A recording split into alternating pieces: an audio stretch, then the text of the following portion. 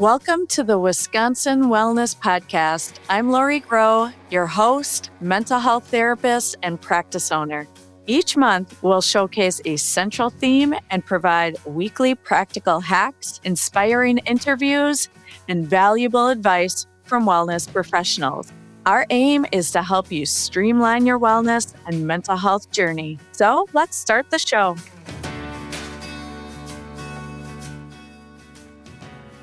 Hello, everyone. Welcome to the Wisconsin Wellness Podcast, where we strive to empower you to live your healthiest, happiest life. I'm Lori Groh, owner of Shoreside Therapies. We live in times where our stress levels are at an all-time high, overwhelmed by the nonstop influx of information and the pressures of social media. It's making it hard to know how to effectively help without getting burnt out. We're doing something different today, a live workshop. In this session, we will equip you with actionable strategies to manage this modern-day stress, set healthy boundaries with media, and find ways to advocate meaningfully without letting it drain you. Allow me to introduce my incredible team. Kristen Holmes, a seasoned therapist specializing in women's issues, children, and trauma. Lizzie, our passionate intern focusing on anxiety and motivation, and Julia, who is dedicated to helping children and adolescents navigate big life transitions. So today we're going to talk a bit about why we're really feeling the way we're feeling, why we're getting burned out, how to stay informed without feeling drained, talking a bit about boundaries around media, social media in particular, and how to have some potentially difficult conversations, how to get out of them, and then some strategies to advocate effectively without exhaustion. So before we do anything, I do want everyone to check in with themselves right now. So some people might be listening to this as they're on a walk or driving. Don't close your eyes, but if you are just sitting here, take a minute and close your eyes. And I want you to just pay attention to how your body's feeling. Just pay attention to any physical sensations, what you're noticing right here, right now. Now I want you to switch gears and you can keep your eyes closed. I want you to really think about some of the information you're hearing about the state of the world, something you've heard on the news, media. I want you to just pay attention to when that comes up, when that comes to your mind, what changes in your body, what do you notice as far as the feelings that are showing up?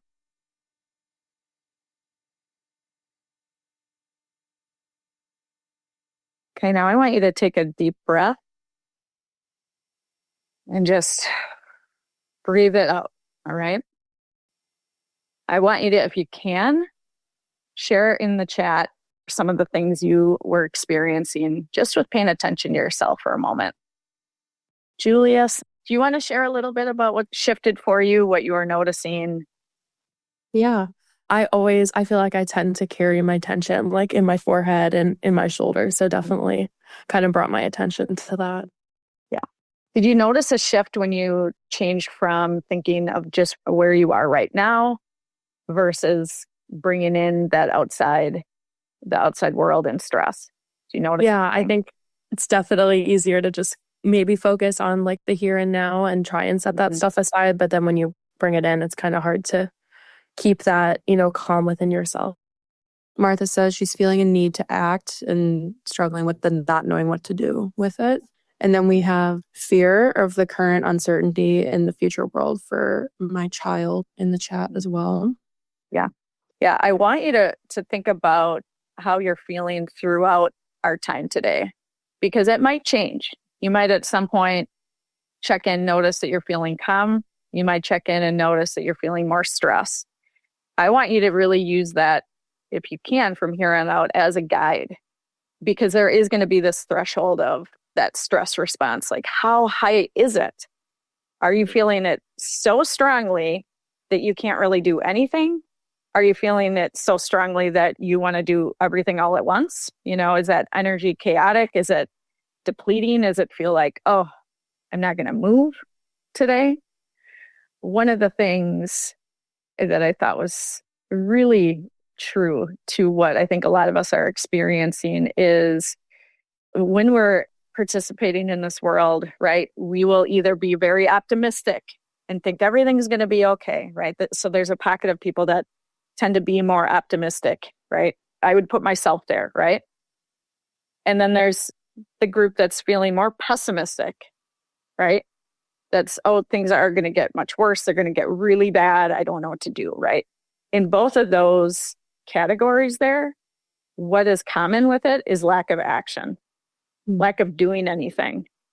And so if you think about it as just two opposite sides of the coin, one's in action because we think it's all going to work out, and the other's in action because we just don't know what to do. And our body is so stressed that even if we wanted to do something, we can't. We physically cannot do something. So I just want you to pay attention to that. Our goal then is to really get ourselves in that middle. Enough energy to make movement, but not too much stress that we're feeling like we can't do anything. Really, if you think about how our brain works, we are in a state of information overload. Our brains actually cannot handle the amount of information we are getting day in and day out. That's not even just the news and social media. It is just the amount of information. And it puts us in a state of being paralyzed, right? So think about if you're going into a store and we're looking at toothpaste, for example, how many toothpastes are there, right? There's a million of them. And that can actually really stress us out because there's so many choices. We don't know what to do. Our brains aren't actually wired to have a million choices, right? We never had that before. And even thinking about the difference between where we are now versus what we were 20 years ago, where we were 40 years ago, we're getting as much information in one day that we might have had in a full year. So thinking about how that really affects us, I think we're going to start to hear more and more information about how this affects our brains and what's actually happening to us. But right now, we're kind of at this beginning portion of it. All right, stress response. We talked a little bit about that. The constant exposure, obviously, it affects all of our mental health, right? The other thing I just want to point out is how social media works, right? It's meant to engage us. It's meant to keep us going further and further. It's actually really meant to keep us addicted. You know, Instagram is one place that is getting sued as of now because what they're doing is intentionally addicting people. We're going to start to see that happening as well. It's like the new cigarettes, right? Where nobody really recognized how bad they were smoking in the airplane and doctors' offices. It's going to be very similar, where we're going to start to really realize, okay, this is addictive. This is what's happening to us and what it's all doing. It's a loop, right? So you're looking at something, you're feeling anxiety, fear, all of those negative emotions. And for a lot of us, what tends to reduce that fear is getting information. So then we're trying to soothe it by getting more information that actually continues that loop. And so I just want you all to really take that in of this isn't your fault of where you're at. This is meant to do that. We really are put in a situation with it of, hey, I care about the world. I want to see what's happening. But guess what? Now I'm in it and I'm just getting more and more stressed, but I don't know what else to do but to learn more. And maybe I'm going to feel better. Maybe I'm going to learn how to solve this issue. But what happens is here's another thing and another thing. Keeps us really hooked and exhausted. Kristen, do you have anything you want to add in? Yeah, thinking about the decision fatigue. Martha alluded to it in the chat, this fear of needing to act and not knowing what to do, and that's a sign of burnout when we're in that stage. And in burnout, there's so much going on that we don't know what to focus on, right? And that is our nervous system trying to regulate itself, trying to solve or move through whatever the feelings are. And so, a lot of the things that we're seeing with the social media, with online news, with a 24-hour news cycle, that information overload is a part of that. It's kind of the natural consequence that comes with that, taking in all of this information, thinking that we're going to be able to make a decision or find a way to act or things like that. And what it's actually doing is kind of shutting down our nervous system. The other thing that I was thinking about as you were talking was the social media trap, because this morning I was actually listening to social media trends that we're seeing right now, especially on Instagram and TikTok, Facebook, for instance. So a couple of things with that. One, we're seeing the amount of people that are clicking and buying on things is significantly higher right now, because that indicates that they're looking for a way to soothe.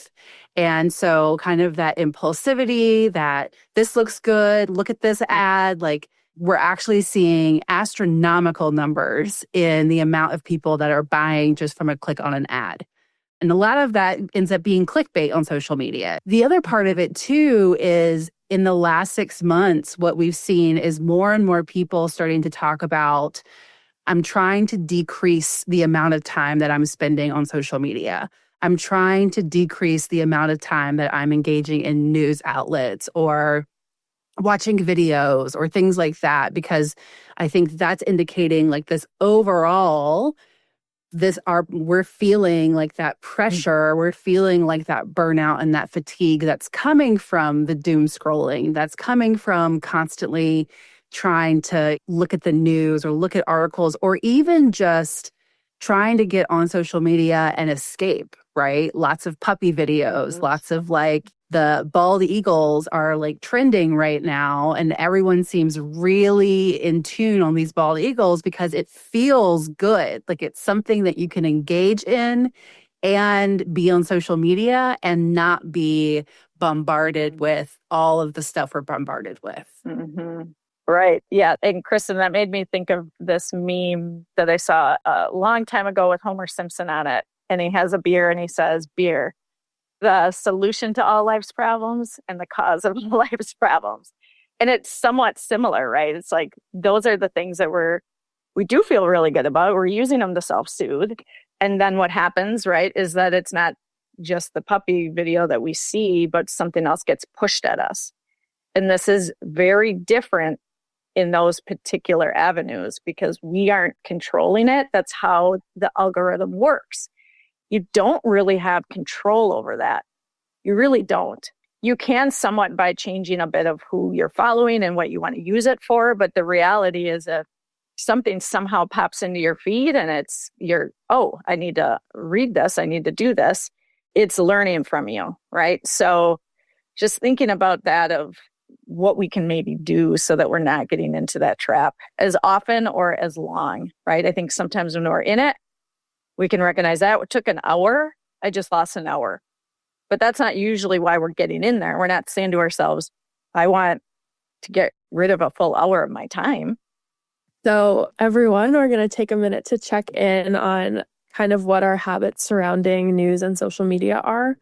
So the first question is going to be, how often do you check the news and social media each day? So Kristen says she's not checking the news as much, but goes to look for kind of feel-good stuff on social media multiple times a day. I definitely do that as well. Although a lot of my feed now is, political or news-related posts because I have engaged with that kind of content in the past. So algorithm just kind of feeds it to me now. Mm-hmm. We can go ahead and move on to the next question, which is, how does it make you feel after you check the news or check the social media? Do you notice like a shift in your mood from how it was before you did that to how it was after? Is it kind of the same? Yeah, and this is one of those exercises where you can start with this too. Mm-hmm. If you don't know what to do, the first thing I always suggest is be aware, right? That's going to be that first step to actually seeing what's in real time, what's the effect, what am I noticing? And then you can go from there. But if you are unsure, always that first thing is to go towards yourself. What's actually happening for you? All right. Lizzie said she tends to feel a sense of panic and a sense of helplessness afterwards. And we can definitely relate to that. I think it's just a lot all at once and it's very overwhelming. And I think a lot of it is designed to make you feel like there isn't anything that you can do in that exact moment to kind of counteract what's happening. Exactly. Kristen said feeling disconnected, but then overwhelmed and tired. And Christine said she sees headlines several times a day involuntarily because of notifications on her phone and then accidentally swiping. All right. This is a big one. All right. We'll move right into setting healthy boundaries without feeling guilty.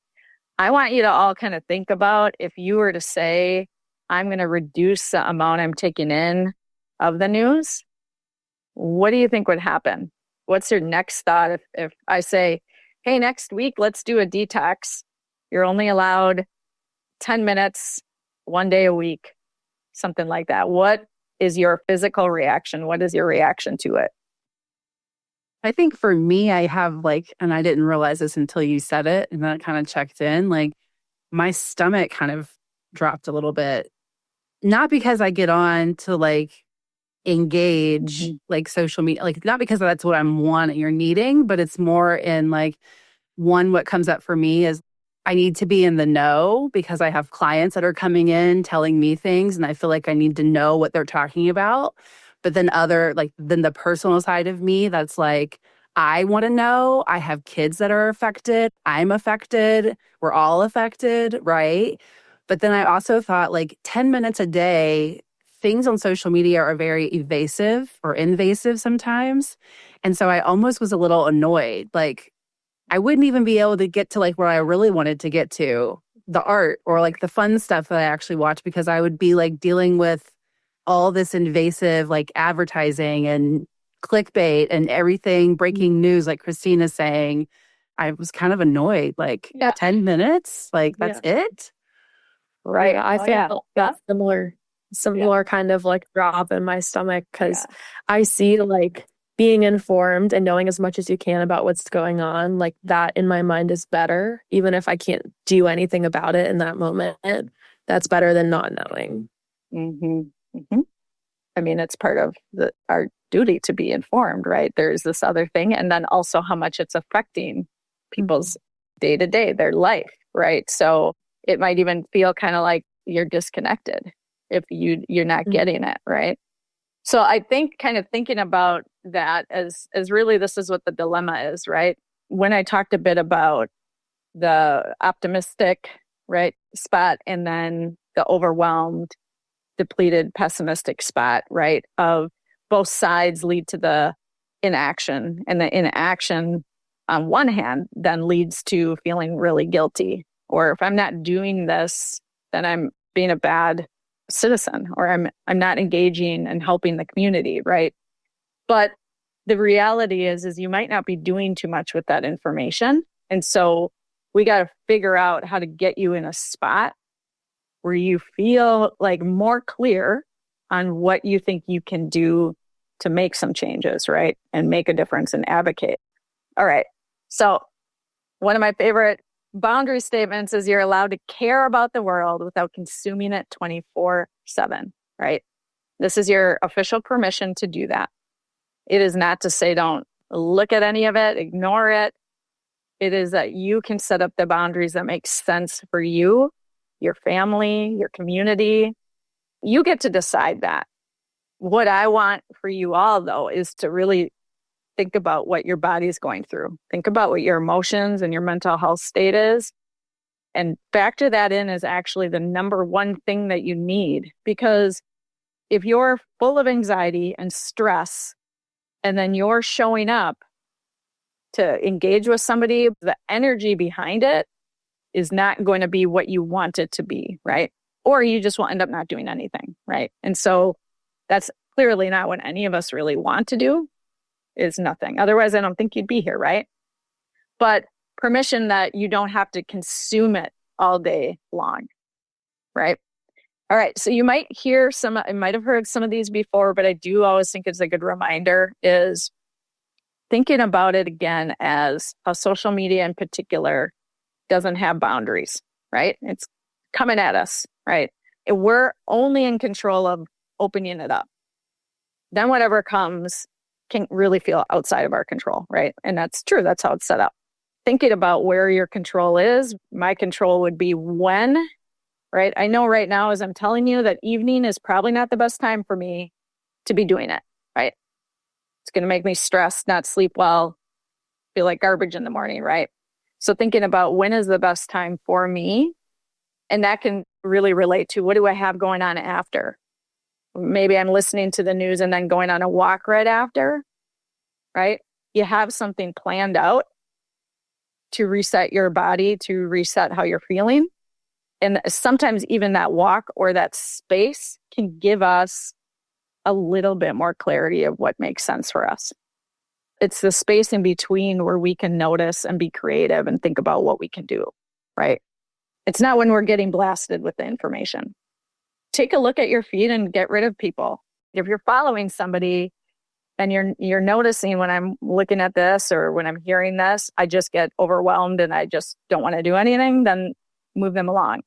If there's somebody that you feel like, oh, this is somebody I relate to and connect with, and I see that they're doing really great things, keep them on there. Turn off those notifications, right? And the last one is setting those exit strategies for those hard conversations. So this comes up quite a bit too. If I'm in this conversation and I know it's not going well, or I just don't want to talk about this right now, how do you do that? Well, you can say, I'd love to hear your perspective, but I need to take a break from this topic today. I respect your opinion, but I'd rather focus on solutions than debates. So with both of those, you are putting yourself first in the conversation. You're not saying, I think you're an idiot, right?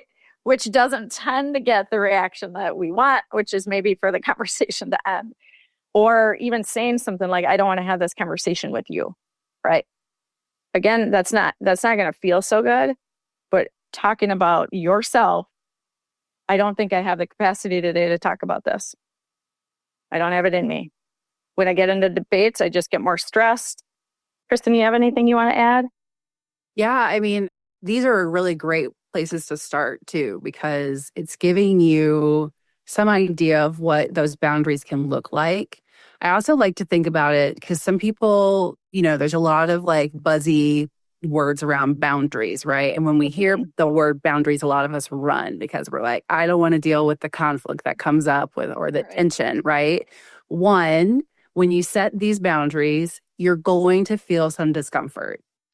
It's going to feel uncomfortable to say some of these things or to say any of these things or to set any of these boundaries or priorities, maybe is how I like to say it, in your life, right? Because the other person is probably going to feel like, what do you mean? It's going to probably jar them, especially if you're engaging in these conversations with people that you know are passionate about these conversations too, right? It's going to feel awkward. So just go ahead and tell yourself, it's going to be uncomfortable for me to say this. It's okay. It's not going to make this all go away, right? And think about like when you're setting these things for yourself, you're also setting time for you to prioritize what you need, like self-care wise, right? Like this is kind of where that can start for you, because these things you'll notice if you're limiting your news consumption, if you're curating your feed, if you're turning off notifications, you'll find yourself probably grabbing your phone and then realizing like, oh yeah, like I do that when I like log out of social media, like, and I go to like open Facebook and it's logged out. And I'm like, oh yeah, I'm not looking at that right now, right?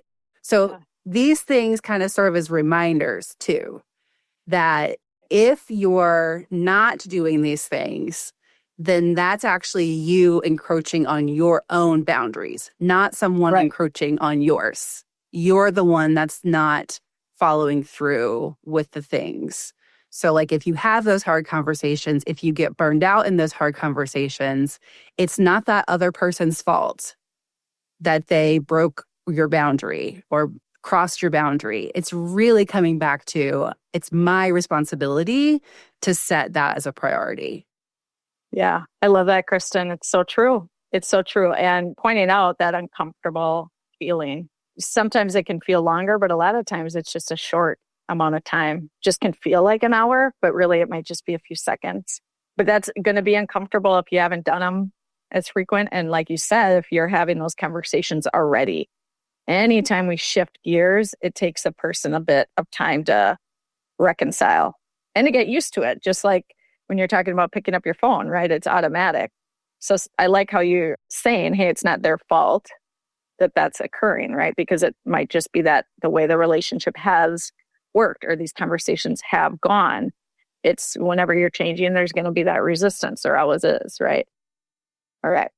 So take a moment and I want you to think about what's one small boundary that you can start today. You get to decide 100% what's something, and even if it's really small, even it's like, instead of 4 hours, I'm going to do 3 hours and 45 minutes. I'm going to look at it just not after this time. Or I'm going to pause my notifications on some chats. You know that feeling when you meet someone and within 5 minutes, you just know you could talk to them for hours? Actually, that's one of my hiring requirements at Shoreside Therapies. All of our therapists are highly educated, experienced, specialized in all sorts of different areas. But the real test is, can I imagine sitting with them for an awkwardly long road trip? As a self-proclaimed awkward introvert myself, I've realized how important this is. Finding the therapist isn't just about credentials. It's about feeling comfortable enough to show up as yourself. The good, the bad, the I just cried watching a dog commercial version of you. And that's why I'm so picky about who joins our team.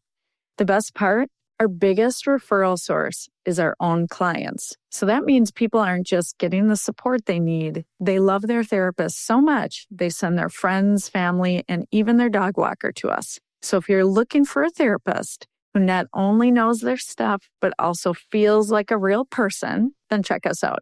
Shoreside Therapies, where therapy is real, human, and maybe even a little fun. Yes, it can be fun sometimes.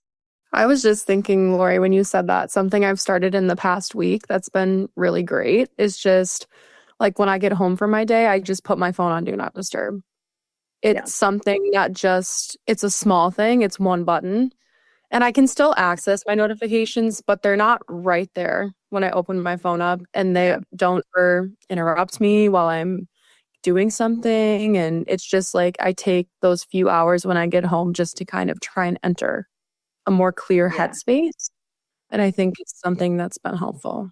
Yeah, I think that can work, because what you're doing is any time that you're setting these boundaries, like Kristen was saying, you are caring for yourself. And it doesn't really matter if they're big ways or little ways. It matters that you're noticing and paying attention that I'm actually caring for myself, right? Yeah, this is the grounding exercise. So this one is for mindful engagement and learning how to stay informed without experiencing those burnout symptoms. So we want to focus on reacting versus responding and engaging thoughtfully rather than emotionally. So in order to do this, we have these 3 questions that you can ask yourself when you're starting to engage with that kind of news or political content on social media. So the first question is asking if the information you're looking at is true and verified. And this is really important because I think in recent years, there's been a lot more people just kind of posting their interpretations of the news rather than it coming from an actual verified source, which is really important to distinguish that, because it's easy to misinterpret the news and to get kind of clouded with those people's opinions about it rather than what the content or the event actually is. The second question to ask yourself is it helpful or is it just fueling fear? Is it giving you, tangible stuff to inform you, or is it scaring you about larger things that are happening and making you feel helpless? And then the last question is asking yourself, is this something that I can act on, or is it just more noise? And this is really important because a lot of, news and everything that's out there right now is just meant to kind of get a rise out of us. It's pushing everything at us, hoping that something's going to stick. And it's really important to learn how to distinguish between, what's like a real big event that's happening and what is kind of all this background stuff that might be insinuating that something else is going to happen in the future, but is not happening right now. Yeah. Yeah, Julia, I like that. That there is, it's sort of like saying this is probably what's going to happen next, which is not necessarily very helpful, especially when we're talking about trying to not go into a fear state, right? And we all know what a fear state does, and it's a hard thing to get out of. That's number one. But also it does continue to get bigger and bigger. And we will ruminate on it. And then we think, well, what if this happens? What if that happens? What if this happens? So thinking a bit about like, what is actually the purpose? What am I doing with this content? And so, I love that of something I can act on. And Kristen, you were right in line with that as well of, is this getting me in a state or is this something really useful? Right. A lot of times the fear or that emotion that we're feeling is also related to assumptions that we're making, assumptions that other people are making. And so that true and verified, that helps us focus on like, what are the facts? Like, what do we actually know to be like the situation or the case here, right? So I love that these kind of help regulate and focus on like, is the intensity of what I'm feeling related to the facts, or is it related to these things we're not sure of? They're like what ifs or unknowns. All right. So this is the news detox challenge. Again, when we talked about those boundaries, you can do this as an experiment if you want to. And that's where you would take 24 hours and not look at anything and pretend you're at a retreat. And tell everybody around you, I'm going on this retreat, and just have it off for the day. And notice if you feel different. Again, it's really not about that you should do this all day, every day. It is really just to explore the effects on you, right? Another thing you can do is decreasing. So that means looking actually at the phone statistics of your usage, looking at that and saying, I'm going to cut this down by 25%, 10%, whatever that is, and see if you can notice a difference. Mindful advocacy isn't about knowing everything. It's about knowing what truly matters and how to engage sustainably. So this is also just a shift in our mindset of what that means, right? And so we're going to go into the grounding exercise. I do think, again, like today is important also to just give you a couple things you can do so that you can feel a bit more grounded, centered, calm, and focusing in on your nervous system. So if you're in a place that you're able to do this, I welcome you to join, and Lizzie will take over. Yes. All right. So just like Lori said, I really like this one, and I'm going to walk you guys through it. And then hopefully, if you find it useful, you can use this in your own life in situations where maybe you come across news that you didn't want to, or you are feeling those panic emotions. This is a good one to keep in your back pocket. So this is called the 5-5-5 grounding exercise. It's really easy to remember. So I want you guys just to take a few moments and name 5 things that you can see around you. It can be anything. Just take a moment.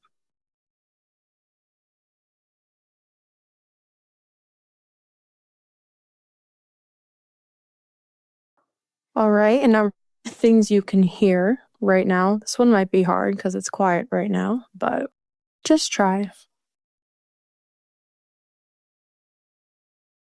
Okay, and then this last one, 5 things you can feel. This can be anything. This can be your feet on the floor, how your clothes feel on your skin. If you're wearing jewelry, how does that feel? Just really connect with your own body.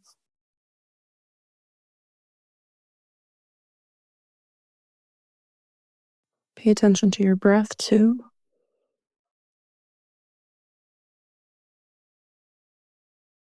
All right. So that is it. It's very easy, and it just kind of allows you to center yourself in a single moment. It anchors you in the present. So it's going to calm your nervous system, kind of bring those emotions down potentially, make them a little less intense, which can help in terms of reactions and all of that, all of those great feelings we get. Right. Yeah. So that's it. Thank you, Lizzie. So letting go of what you can't control. So this is another exercise that you can do where when I talked a bit about afterwards, after you're watching the news, after you're on social media and you're saying, okay, this is what I'm going to take this in, I'm going to get this information. And what do I do next? You can write down what are some of the things you can control and what you can't control. The next thing you can do is, what is one small thing that I could do that's in my control? It could be releasing that worry. It could be making a decision of, I actually can't do anything about this particular thing. And so I am going to choose to let it go. I can come back to something different that I can make a contribution on, but I know I can't change this thing, right? So moving forward, how to move through advocacy without exhaustion. So we talked a bit about that self-care, right? Find ways that you can contribute. So everybody has a space that they can contribute, and it's okay that you can't do all of the things. I've also talked a little bit about how history can also help. For me, that's something too that could be really useful, and I get a lot of perspective with that and often share that of there are these small things that we can do that makes a big impact. We might not recognize that they will, but sometimes the little things can, right? Rosa Parks a great example. She's not trying to change the world necessarily, right? But she set an ups and up in that moment, right?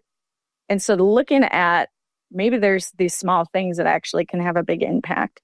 It doesn't have to necessarily be constant protesting or things that maybe are way outside of our comfort zone. Do something that feels like it aligns with you. It could be volunteering, donating, awareness, educating. That's a big one. And there's a lot of individuals that have a lot of knowledge that can be so useful. What to do next? There is a feeling of isolation that also goes along with some of what we're talking about today. Feels like maybe I don't understand what people are thinking.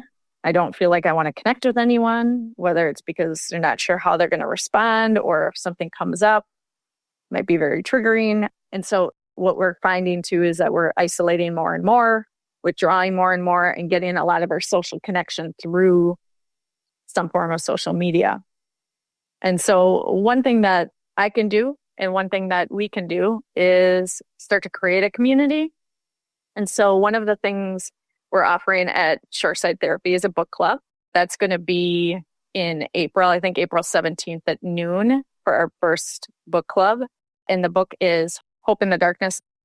Great news, it's free, that book, if you have Amazon Unlimited. So that's also great. This book is phenomenal. And it's a little bit of like little bits and pieces. We talked a little bit about it today, but it does help us shift a bit of how we're feeling and our mindset. So we're going to have that right now. We'll have it on a monthly basis of the actual book club for the entirety. What Lizzie and I are also talking about is having an additive for the book club on a weekly basis.